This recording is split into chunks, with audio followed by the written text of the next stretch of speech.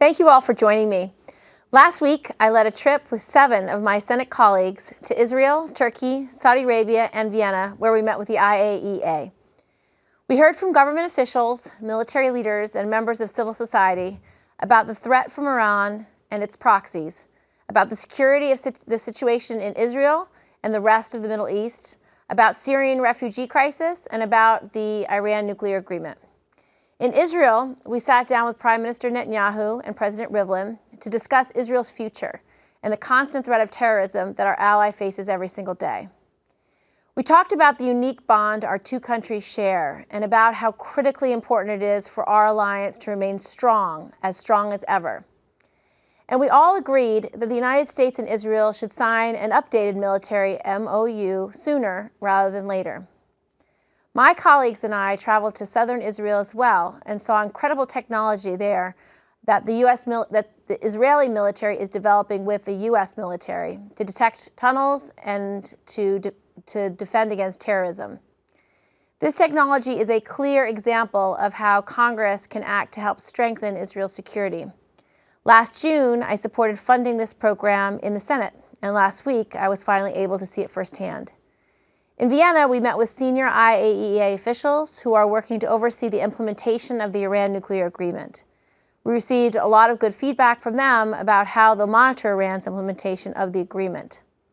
In Turkey and Saudi Arabia, we heard about the threats posed to them by Iran and its proxies, by ISIL and al-Qaeda, and we discussed the desperate need for help because of the refugee crisis from Syria. Since the State of the Union is tonight, I also wanted to tell you briefly about the guest I'm bringing and about what I hope to hear from President Obama. My guest tonight is John Feal. John is an Army veteran. He served as a 9/11 first responder in 2001, and he started an organization called the Feel Good Foundation that honors all of the 9/11 first responders who have died from diseases linked to their work at Ground Zero. It was an easy decision to invite John to President Obama's final State of the Union. He and his fellow first responders were instrumental in getting our 9/11 health bill passed at the end of last year. And I wanted him to have a chance to walk the halls of Congress knowing that his fellow 9/11 first responders are going to have health care forever. There are a few topics that I hope to hear in tonight's State of the Union address.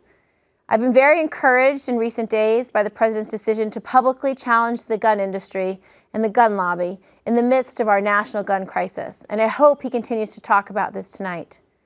The only way we will defeat our epidemic of gun violence is with action. We need to fix our background check system. We need to pass a federal law that actually defines gun trafficking as a federal crime. My gun trafficking bill already has broad support, bipartisan support. My lead co-sponsor is actually a Republican. So as we look for ways to make our economy safer from gun violence, as we look for ways to make our country safer from gun violence, we should start with the reforms that both parties and the vast majority of Americans agree are necessary. This includes making gun trafficking a federal crime. I also want to talk about one of my top priorities for 2016.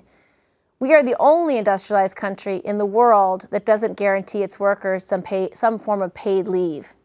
I've been pleased to hear this issue raised on the presidential campaign trail by candidates from both parties, and I hope to hear it from President Obama tonight. This year, I'm going to continue urging my colleagues to support the Family Act and finally give all American workers access to paid leave. And finally, in 2015, a number of my legislative priorities became law, including the 9/11 health bill, a federal ban on microbeads, and Aaron's Law, which funds sexual assault education in schools.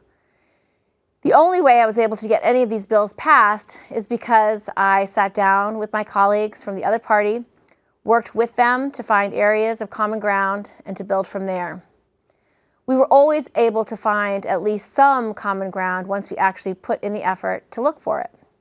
I hope President Obama looks forward to the new year with the same spirit of optimism. Thank you, and I'm happy to answer questions.